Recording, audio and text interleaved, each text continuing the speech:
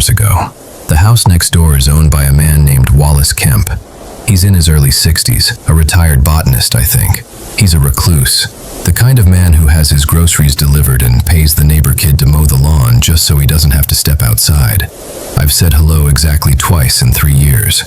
Both times he just stared at me like I was a tree that had spoken out of turn. The only thing that connects our properties is the scent.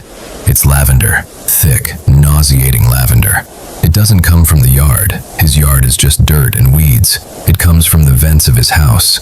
In the summer, it's a sweet, rotting cloud that hangs over my driveway. I complained to my girlfriend Lena about it once. She said, maybe he just really likes essential oils. I said, essential oils don't smell like a funeral home. 6 months ago, the lavender stopped, and the other smells started.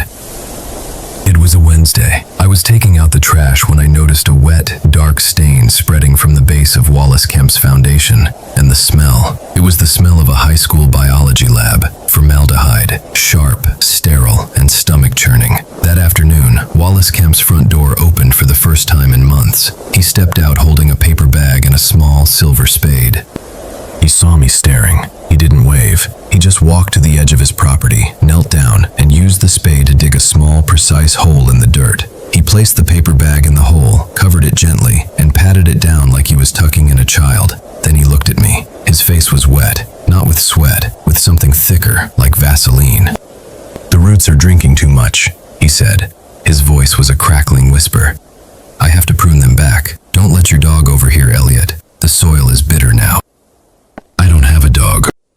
That night I couldn't sleep. The smell of formaldehyde was so strong, I had to close my windows despite the summer heat. At 3 a.m., I saw a light on in Wallace's basement window. I looked out. He was standing down there, shirtless, his skin gleaming under a grow light. He was holding a pair of pruning shears, and he was cutting something off his own body. I couldn't see what. He moved with the casual efficiency of a gardener deadheading roses. The next day, I called the non-emergency police line. My neighbor is acting strange, and there's a chemical smell.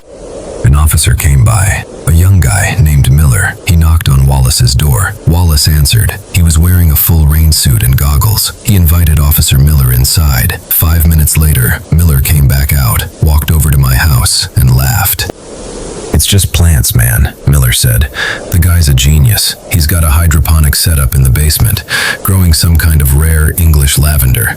Needs a lot of nutrients. The smell is just plant food. Says he's sorry about the odor. He gave me a cutting."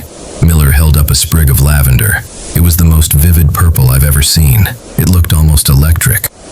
I felt stupid. I apologized for wasting their time. But that night, the smell of formaldehyde was gone, replaced by the lavender again. But this time, the lavender was different. It was heavier. It smelled like perfume poured over rotting meat. And I noticed something about the sprig Miller had taken. It was sitting in a cup of water on my porch railing where Miller had left it. The stem wasn't green. It was a pale, fleshy pink, and it was pulsing. I went inside and grabbed my binoculars, the ones I use for bird watching. I focused on Wallace's basement window. The glass was fogged up, but I could see the outline of the plants. They weren't in pots. They were growing out of something long and horizontal, a row of them. I watched Wallace enter the room. He was carrying a bucket. He walked over to the first plant, which was about 4 feet tall, and he started talking to it. "Shh, shh, shh," he cooed. "The man next door is nosy, but he doesn't know. He doesn't know you're my wife." He stroked the stalk. The flower at the top turned toward him. It had petals that looked exactly like human lips. I dropped the binoculars. Wallace's wife died 8 years ago. I remember the real estate agent mentioning it when I bought the house. The neighbor lost his wife to cancer. Very sad. He's a bit odd now, keeps to himself.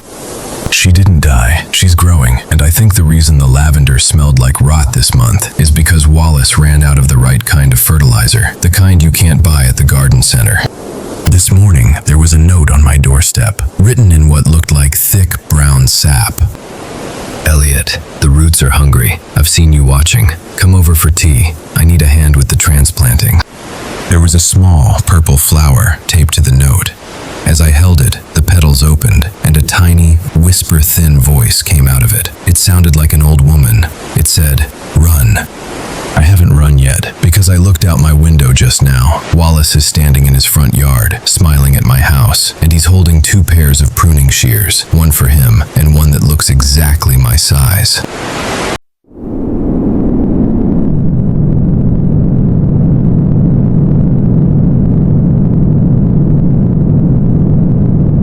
My name is David, and my neighbor Harold is the most forgettable man alive.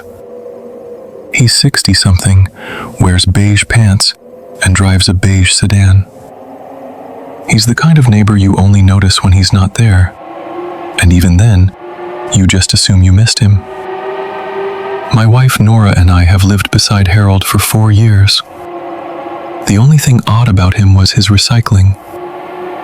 Every Wednesday morning, without fail, Harold would place one item on top of his blue bin. A single, clean, white paper plate. Just one. No food residue, no writing, just a pristine paper plate. Nora thought it was his way of topping off the bin. I thought it was a quirk. 2 months ago, Harold didn't put the plate out. I didn't notice, but Nora did. She joked that he must be on vacation. The next day, Harold was standing at the end of our driveway at 6 a.m. when I went to get the newspaper. "David," he said. He was holding a stack of those paper plates. "Do you have a garage?" "Yeah, Harold, of course I do." "I need to put something in your freezer," he said. His voice was flat, no inflection. "My freezer is full of plates. I need to make room for more plates." I laughed. "You want to store your plates in my freezer?" He didn't laugh. He just handed me a key. It was a small, old-fashioned key, not a house key. "Don't open the bin in the corner of my basement," he said. "If I'm not back in a week, use this to open it.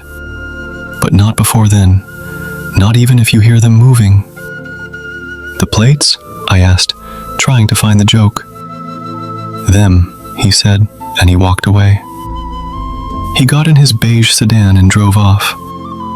He didn't come back in a week. He didn't come back in 2. By week 3, Nora was calling the police for a wellness check. I told her I'd go over first.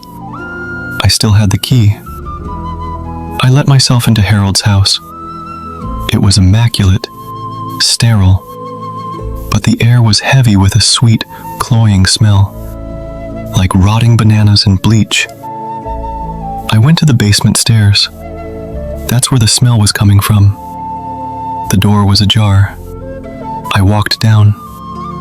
The basement was lit by a single bulb. It was empty, except for a large industrial freezer chest humming against the far wall. And in the corner, the bin. It was a heavy-duty plastic container, like the kind zoos use for feed. I could hear them moving, scratching, not frantic scratching. It was a rhythmic, deliberate swish scrape, like someone dragging a fingernail around the rim of a plate, over and over. I didn't open the bin. I opened the freezer chest first. It was filled with paper plates, hundreds of them, stacked and frozen solid. I pulled one out.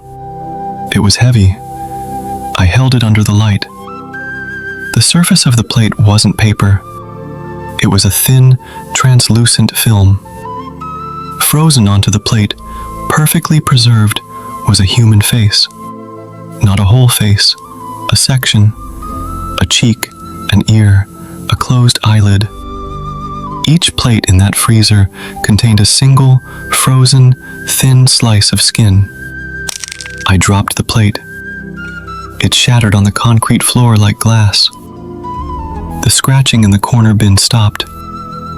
Then a voice came from inside it. It was Harold's voice, but it wasn't Harold. It was too high, too wet. "You broke a plate," the voice whispered from the bin.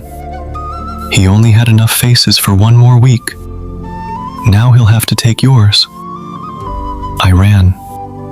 I ran so fast I tore the storm door off its hinges. I got back to my house and locked the door. Nora was at work. I sat in the living room with a baseball bat. Then my phone buzzed. A text from Harold's number. "Check your freezer." My hands were shaking. I opened the kitchen freezer. Inside, sitting on top of the frozen peas, was a single, clean, white paper plate. It had a date written on it in black marker. It was tomorrow's date. I haven't opened the bin in Harold's basement. The police searched the house and found the freezer empty. They think it was just a hoarder with a weird hobby. They didn't find the bin. I think Harold came back and moved it while I was sleeping. Because I woke up this morning, and the key I had to the bin, it was gone. And I have a small, perfectly circular patch of numbness on the back of my left hand. The exact size of a paper plate. I don't think Harold is collecting plates anymore.